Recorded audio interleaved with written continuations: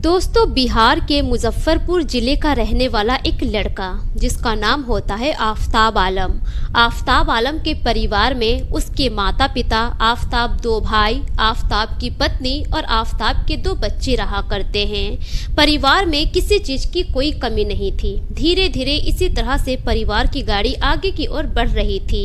लेकिन जब आफताब की शादी होती है, आज से 5 साल पहले, उसके बच्चे होते हैं, तब जाकर धीरे धीरे करके आर्थिक हालत घर में खराब होने लगती है, क्योंकि परिवार की बढ़ोतरी हो रही थी।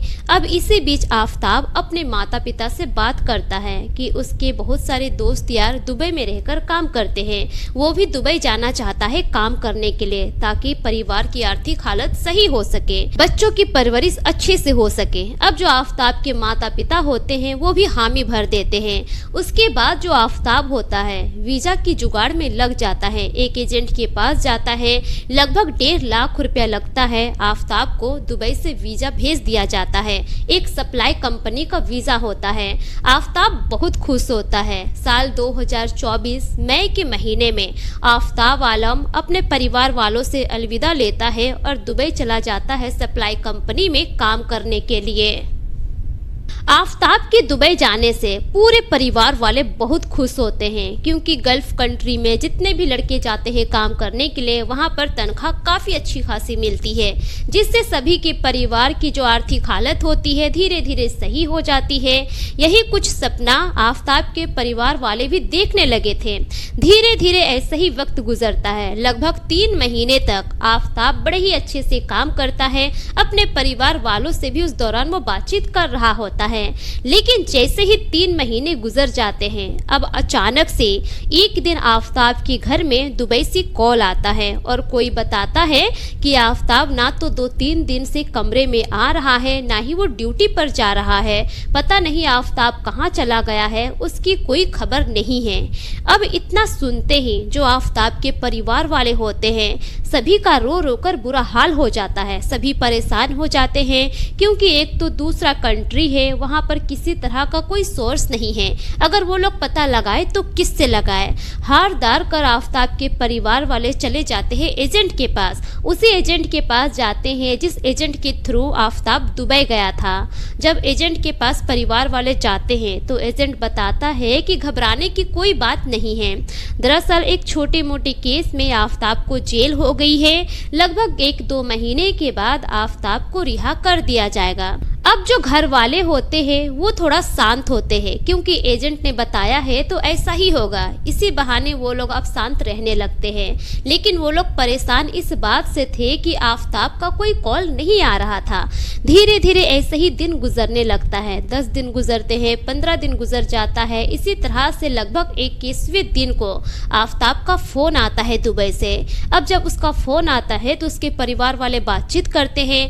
बातचीत करने के दौरान आफताब बताता है कि दरअसल वो अपने कमरे से बाहर निकला था, लेकिन किसी कारण कुछ वहीं के लोग उसके साथ मारपीट करते हैं और समुद्र के किनारे फेंक देते हैं। जब आफताब को होश आता है तो वह अपने आप को पुलिस कस्टडी में पाता है। आफताब का ट्रीटमेंट चल रहा होता है।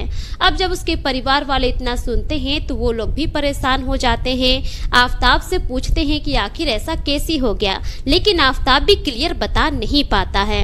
अब इसी तरह से दिन गुजरने लगता है। धीरे धीरे करके 1 महीने गुजर जाते हैं, 2 महीने गुजर जाते हैं, लेकिन आफताब की रिहाई नहीं होती है। इसी तरह से धीरे धीरे करके लगभग साल भर गुजर जाता है। इधर जो आफताब के परिवार वाले होते हैं सभी बहुत परेशान हो जाते हैं। घर में रो रो कर सभी का बुरा हाल हो जाता है कि घर का चिराग गया था दुबई पैसा कमाने के लिए, लेकिन वहां जाने के बाद उस लड़के के साथ इतना सब कुछ हो जाएगा, घर वाले कभी सपने में भी नहीं सोचे थे।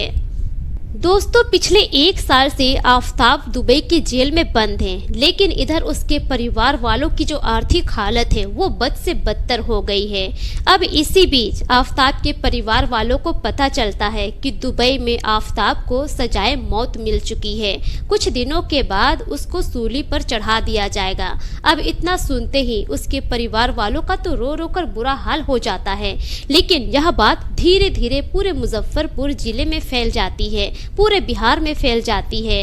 अब इस बात को सुनने के बाद कुछ न्यूज़ रिपोर्टर आते हैं आफताब के घर में, उसके माता पिता से बातचीत करते हैं। उस दौरान आफताब की पत्नी और आफताब की माँ रोते हुए बताती है कि उनके दुबई जाने के बाद हम सबका बहुत ही बुरा हाल हो गया है, क्योंकि 1.5 लाख का कर्ज लेकर उन्होंने वीज़ा मंगाया था। उस वीज़ा पर वो गए थे दुबई काम करने के लिए और यही सोच कर गए थे कि कुछ महीने बाद पैसे कमा कर वो कर्ज लौटा देंगे, लेकिन वो कर्ज भी नहीं लौटा पाए हैं। उनके जेल जाने के बाद बहुत ज़्यादा कर्ज हो गया है।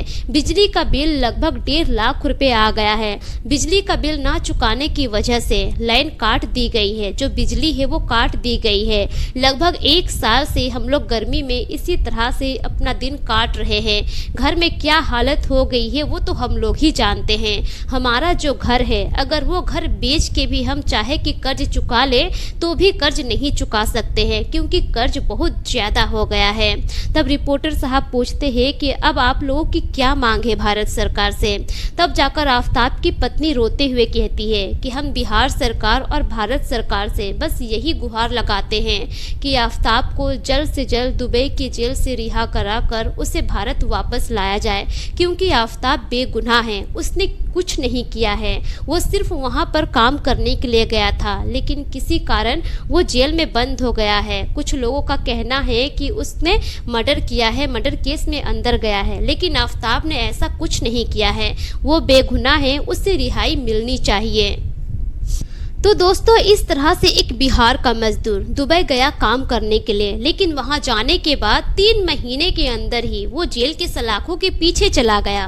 अब आफताब के परिवार वालों का बस यही कहना है कि किसी तरह यह न्यूज सरकार तक पहुंचे, भारत सरकार तक पहुंचे, ताकि भारत सरकार आफताब को दुबई से रिहा करा सके।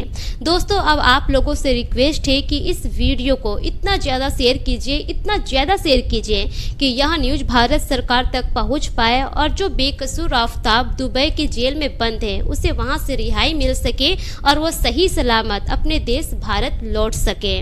दोस्तों, यह रही पूरी घटना आप लोगों के सामने। इस पर आपकी क्या राय है, अपनी राय कमेंट सेक्शन में जरूर दीजिए। मिलेंगे फिर एक नई वीडियो के साथ, तब तक के लिए शुक्रिया। जय हिंद।